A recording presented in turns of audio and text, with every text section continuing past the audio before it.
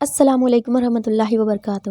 آج ہم آپ لوگوں کے ساتھ ایک وظائف عمل شیئر کروں گی جو استغفار سے ریلیٹڈ یعنی کہ آیت کریمہ سے ریلیٹڈ ہوگا، جو یہ ہے کہ لا الہ الا انت سبحانک انی کنت من الظالمین۔ تو یہ جو آیت ہے اس سے ریلیٹڈ میں آپ لوگوں کو عمل بتاؤں گی۔ یہ جو عمل ہے یہ بہت زیادہ زبردست عمل ہے۔ بہت سارے لوگ کے بڑے بڑے مسئلے چاہے جو بھی مسئلے ہیں اس عمل کے کرنے سے آپ کی جو ہے مسائل حل ہوں گے۔ بہت سارے لوگوں کے حل ہوئے ہیں، ان کے حاجتیں پوری ہوئی ہیں۔ تو بس اس مقصد سے آپ دعا نہ کریں کہ مطلب دعا اس طرح مانگتے رہتے ہیں بہت سارے لوگ کہ انہیں یہ لگتا ہے کہ شاید 50% ہی ان کے دل میں مطلب شک رہتا ہے کہ دعا قبول ہوگی یا نہیں ہوگی، ان کے دل میں شک رہتا ہے۔ تو اس طرح سے آپ جو عمل کریں گے تو آپ کا عمل جو ہے ویک پڑ جاتا ہے، مطلب پھر آپ کے جس طرح سے آپ کا گمان ہوتا ہے نا ویسا ہی آپ کو ریزلٹ ملتا ہے۔ تو یہ جو عمل ہے نا آپ کو نا پورا توکل کے ساتھ اللہ پر بھروسہ اور یقین کے ساتھ دعا کرنی ہے۔ یہ بہت ہی بہترین عمل ہے۔ ہو سکتا ہے کہ آپ یہ مت سوچیں کہ ہوگا پتہ نہیں ہوگا یا نہیں، پورا یقین کے ساتھ اس عمل کو کرنا ہے۔ ہم اس کو پورا ڈیٹیل میں بتائیں گے۔ تو آپ کی دعا قبول نہیں ہو رہی ہے تو آپ پورا بھروسہ اور یقین کے ساتھ کنسسٹنٹ ہو کے یہ عمل کریں۔ اس کو بیچ میں چھوڑنا نہیں ہے، آپ کو لگاتار کنٹینیو اس عمل کو کرنا ہے، جو عمل میں آپ لوگوں کو بتانے جا رہی ہوں۔ اور اللہ تعالیٰ پر پورا بھروسہ اور یقین رکھ کے آپ کو اس عمل کو کرنا ہے۔ کچھ دن پہلے ہمیں ایک کمنٹ بھی آیا تھا کہ آپ آیت کریمہ کی فضیلت بتائیے، تو ہم اس ٹائم نہیں بتا پائے۔ اب اس لیے میں نے سوچا کہ چلیے اس پہ بھی ایک ویڈیو بنا لیتے ہیں۔ تو چلیے اسٹارٹ کرتے ہیں۔ اس سے پہلے آپ سبھی سے گزارش ہے کہ پلیز اس ویڈیو کو لائک کر کے، اگر نئے ہیں تو چینل کو سبسکرائب کر کے دوسروں تک شیئر ضرور کریں۔ تو شروع کرتے ہیں۔ آیت کریمہ کا ذکر یونس بھی کہا جاتا ہے، ذکر یونس بھی۔ اس کا ترجمہ کچھ اس طرح بنتا ہے کہ اے اللہ تیرے سوا کوئی معبود نہیں، تو پاک ہے، بے شک میں گناہگار ہوں۔ اور اللہ تعالیٰ نے اس کا جواب میں آگے جو اس سے اگلی جو آیت ہے اس کا ترجمہ کچھ اس طرح سے بنتا ہے کہ ہم نے نجات دی اس اندھیرے سے اور اسی طرح ہم نجات عطا فرماتے ہیں ایمان والوں کو۔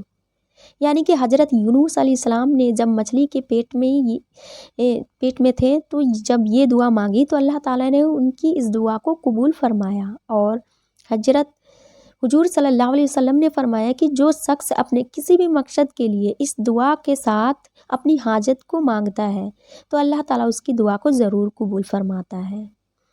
تو آیت کریمہ ایک بہت ہی بہترین عمل ہے، کیونکہ قرآن سے بھی یہ ثابت ہے، تو آپ اس عمل کو کر سکتے ہیں۔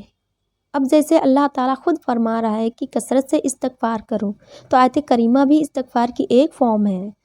اب کثرت سے استغفار یا یہ جو آیت کریمہ ہے تو اس طرح آپ پڑھ سکتے ہیں۔ کیسے پڑھیں گے؟ دیکھیے آپ اٹھتے بیٹھتے خود بھی اپنی مرضی سے پڑھ سکتے ہیں، کوئی نمبر فکس نہیں ہے کہ آپ اتنے 1000 اتنے ٹائم میں پڑھیں گے، نہیں، آپ کو جیسے مرضی، جیسے کہ آپ صحیح لگے 100 مرتبہ، 21 مرتبہ، 41 مرتبہ، جو بھی۔ کچھ لوگ یہ کہتے ہیں کہ اگر ہم کوئی نمبر فکس کرتے ہیں اپنی مرضی سے تو یہ بدل ہے رسول صلی اللہ علیہ وسلم کی جو بتائی ہوئی مطلب جو بتائی گئی ہے وہ نہیں ہے، بدعت ہوتی ہے۔